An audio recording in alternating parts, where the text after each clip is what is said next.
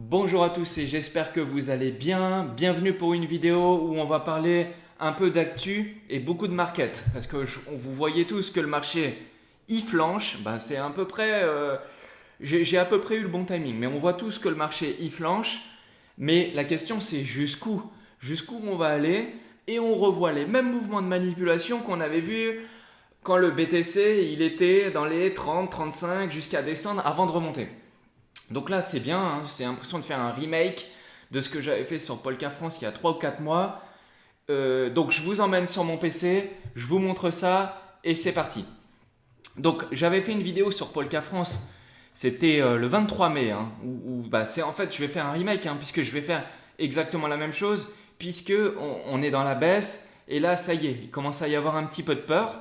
Donc je vous refais le même exercice et sauf que là c'est avec ma petite chaîne Nono Météo et on peut se faire plaisir. Donc là, le 20 septembre, j'envoie un tweet et je dis, donc le 20 septembre, hein, pour rappel, le 20 septembre, on était ici, là, la petite bougie verte, tout en haut du canal. Et là, je vous dis, ça commence à sentir mauvais. Je fais un petit live sur Instagram pour expliquer que ça commence à sentir un petit peu mauvais. Plus j'envoie un tweet et je dis, voilà, là, c'est la question à se poser cette semaine. Donc c'était lundi, je vous poste là cette vidéo aujourd'hui, on est samedi, donc c'est 5 jours avant. Je vous dis, voilà, c'est la question à se poser. Il risque d'y avoir du mouvement. Il va y avoir un discours aux USA, la Chine, l'expiration des contrats futurs, le dollar index qui baisse, le VIX qui compresse et le double bottom sur la BTC dominance. Donc là, on avait le cocktail explosif pour qu'il se passe quelque chose. Bon, voilà, c'est exactement ce qui s'est passé. Hein, au moment où j'ai envoyé le tweet, on était là, en haut du canal baissier là, que je vous ai glissé et que je vous ai fabriqué. Ça veut tout et rien dire, hein. Vous pouvez suivre ou pas suivre, c'est pas grave. Moi, je vous montre juste un avis de ce que moi j'ai fait, de ce que moi j'ai suivi. Je vous ai dit sur Instagram, je dis voilà, ici c'est très difficile, mais là, ça y est, c'est là où je vends. Donc, ça, boum, ça s'est passé, ça baisse. Et là, je vous renvoie un tweet et je vous dis là, oh, ça commence à repuer encore plus fort. Donc là, qu'est-ce qui se passe? Boum, on a une news. Alors, la news, elle est exogène, hein. La news, elle vient en dehors du marché. C'est quoi? C'est en fait Evergrande, c'est un promoteur chinois qui est l'un des plus gros promoteurs au monde, et y compris en Chine. En Chine, ça doit être le deuxième. Et en fait, ce groupe immobilier, il a des difficultés à cause du Covid. Il a une dette estimée à 260 milliards d'euros. 260 milliards d'euros, on fait un parallèle, hein, c'est l'équivalent de la dette publique du Portugal. Donc c'est pas un petit truc, c'est un truc assez balèze qui fait un défaut et qui a fait peur à tout le monde. Donc là, Evergrande, c'est 1,6 million d'appartements en Chine. Et en plus de ça, ils ont d'autres activités dans d'autres domaines, etc. Donc là, qu'est-ce qui se passe? News exogène du marché qui vient de l'extérieur, elle se répercute sur la bourse traditionnelle et derrière sur la crypto. Mais ça, une news comme ça, on en attendait une, puisque quand on est sur des niveaux où on sait que la moindre allumette elle va faire péter le feu. Hein, et là, quand je vous avais fait la news là au mois de mai, c'était la même chose. Hein. On avait la news, souvenez-vous, hein, on avait le China Ban, on avait Bloomberg, on avait Elon Musk, on avait Bloomberg, on avait le China Ban, on avait même le pape. Souvenez-vous, on avait même le pape qui venait dénigrer. Donc là, on s'attendait à des news. Donc là, la moindre news, boum, dans un canal baissier, c'est normal. La news, les gros investisseurs, qu'est-ce qu'ils veulent, hein? Les gros investisseurs, qu'est-ce qu'ils veulent? C'est acheter vos bitcoins moins cher. Ok? Ce qu'ils veulent, c'est faire peur au grand public, que le grand public vende et on rachète leurs bitcoins. C'est ça et uniquement ça. Donc voilà, on a la première baisse, boum, qui fait peur à tout le monde. Et puis derrière, grosse reprise, hein, tout le monde dit oh non, t'inquiète, c'est rien, on se reprend et tout. Donc là, ça remonte, ça remonte, ça remonte. Donc c'est reparti assez. C'est pas remonté beaucoup finalement. Hein. Moi, je m'attendais à ce que ça remonte encore plus dans les 46, 46,5. Finalement, c'est pas remonté beaucoup. Et derrière, boum, China Ban. Qu'est-ce que c'est le China Ban? China Ban, je vous montre une vidéo sur ce que c'est. Hop, je vais la mettre en plus petit. Clac, hop. I sell Bitcoin at top, but we need to move market down. Say China ban Bitcoin. Nah, it's too old. We used it 15 times already. But it still works. Oh, okay, I try. next? Yeah, see, this is a big cheaper bank of China. Yeah, we ban Bitcoin now. What? Oh, you're no. China's banning Bitcoin. Sell it up. Et voilà. I sell. Et voilà, c'est exactement ça. C'est le gars, il est au téléphone, il dit allez, on leur dit que la Chine a l'interdit, ils vont flipper, tout le monde va vendre et c'est ce qui va se passer. Voilà, merci. Bon, bah là, on a la réédite parfaite du scénario et je vous ai montré la même vidéo du scénario parfait de ce qui s'était passé au mois de mai. Voilà, même cause, mêmes effets. Donc, à chaque fois que les gros investisseurs ou parce que on peut dire, hein, c'est du délit d'initié, hein, le marché, il est manipulé. C'est aussi simple que ça. Ce qu'ils veulent, c'est vous faire vendre vos bitcoins et qu'on vous les rachète moins cher. Alors, qu'est-ce que j'ai fait moi? Au final, je me suis incrusté dans ce truc-là. Je les ai maintenant avec l'expérience, franchement, on les voit venir. Et on les voit venir et je me suis dit, bon allez, là cette fois je me glisse dans le truc, j'ai vendu et qu'est-ce que je vais faire? Je vais faire comme ceux qui sont en train de vous montrer ça. Je vais racheter les bitcoins moins chers. Voilà, au final c'est ça. Hein. Donc qu'est-ce qui s'est passé? China ban et derrière, boum, ça baisse. Alors pareil, ça baisse, hein, mais ça n'a pas baissé beaucoup. Donc là, au passage, je fais une parallèle sur le China ban, mais notez bien que le China ban, ok, c'est que là, en gros, il nous balance la news qui a fait peur à tout le monde là, le 24 septembre. Donc c'était hier.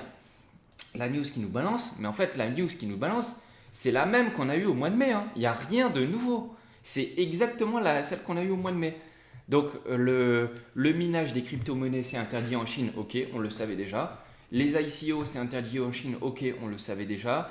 Les activités comme ça, c'est interdit en Chine. Ok, on le savait déjà. Mais la détenir des crypto-monnaies en Chine, c'est autorisé. On a le droit d'acheter du Bitcoin en Chine. C'est autorisé. Donc là, il n'y a rien de nouveau. C'est exactement la même chose que ce qui s'était passé dans le passé. Et donc, s'il vous plaît, on arrête de paniquer pour des news qui, en plus ça, la news de Bloomberg, on les a vues, c'est une fake news. C'est une fake news parce qu'ils n'ont pas interdit d'acheter ou vendre des crypto-monnaies en Chine. C'est faux. Tout ce que j'ai vu, on est venu me voir en privé, on m'a dit ça. J'ai dit non, arrêtez, c'est faux. C'est faux parce que quand vous regardez la news, il y en a un qui a fait bien son travail, un journaliste qui a fait bien son travail, c'est Grégory Raymond. Et Grégory Raymond, il a montré que c'était du fake et que du coup, qu'il n'y a rien de nouveau. Donc, il n'y a rien de nouveau. Donc là, c'est le China ban, c'est fait pour paniquer les gens. Donc, en gros, qu'est-ce qui nous reste à faire, nous, en tant qu'investisseurs? Si vous aviez vendu, un peu comme moi, en haut, dans ce cas-là, c'est bien, on va racheter du Bitcoin moins cher. Mais si vous n'avez pas vendu et que vous commencez à paniquer, notez que c'est pas fini. Hein. La news, là, elle peut descendre. Moi perso, mes grosses zones, elles sont là, dans la zone en bleu, où j'ai une grosse flèche. C'est là où je vais racheter fort. Peut-être qu'on n'ira jamais, j'en sais rien. Mais en tout cas, tant qu'on ne vient pas casser ce canal-là, toutes les news seront bonnes pour faire baisser le prix. Donc là, on a eu Evergrande, on a eu le China ban. Mais demain, on va avoir quoi? Demain, qu'est-ce qu'on va avoir? On va avoir... Moi, je m'y attends. Hein. Un petit tweet d'Elon Musk. On va avoir quoi? Goldman Sachs qui remet une fake news encore ou un truc pour faire flipper les gens? JP Morgan, qu'est-ce qu'on va avoir demain? C'est la question que je me pose. Hein. Qu'est-ce qu'on va avoir demain? Donc, on verra quelles seront les prochaines news. Hein, parce que le news flow, là, on l'attend. Il est attendu. Tout le monde veut ça. Tout le monde le veut au final. Donc, si vous étiez là et que vous avez vendu... Alors, moi, j'ai vendu là. Si vous avez vendu un peu comme moi en haut, donc dans ce cas-là, on est content, on va pouvoir les racheter plus bas.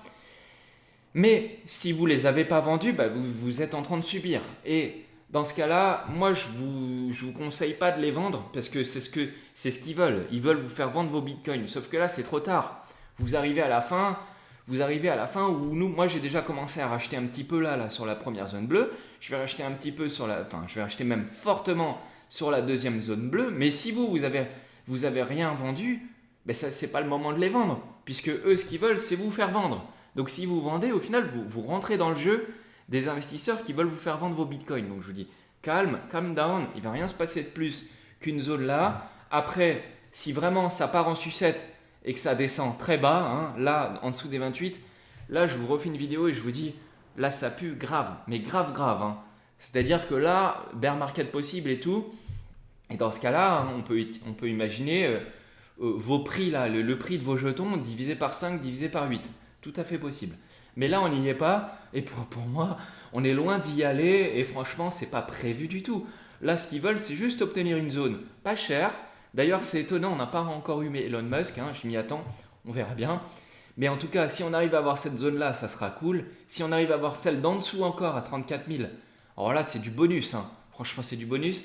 Par contre, si ça glisse loin derrière, là, on s'inquiétera. Mais pour l'instant, il n'y a rien d'inquiétant.